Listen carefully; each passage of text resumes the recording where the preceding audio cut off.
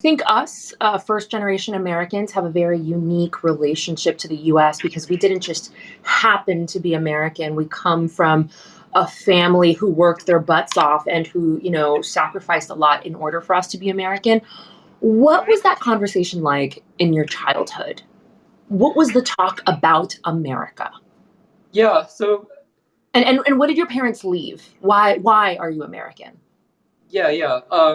So I remember again, my parents were not very political. I was the one who made them more politically conscious. But the thing that I always remember was my, it would be like the most subtle things. Like we would go through a drive-through or something, and like a drive-through experience in a restaurant is this perfectly organized thing. You order off the menu, the thing is delivered right away, and you obviously just take it for granted being an American. But things like that, my father would always say, only in America, right? Like the idea is only in America could something work this well, or so forth.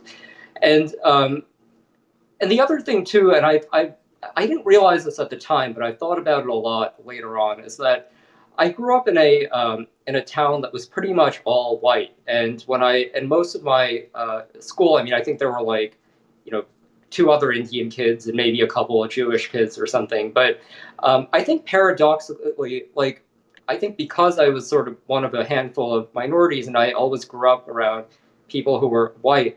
I think in a weird way that actually helped me sort of assimilate into Mhm. the country and actually not think of myself as being that Wow. different. Hmm. I think assimilation, and so like when I would read a lot of these sort of leftist critiques about minorities really not feeling enfranchised or part of the American experience, it never quite resonated with my own experience.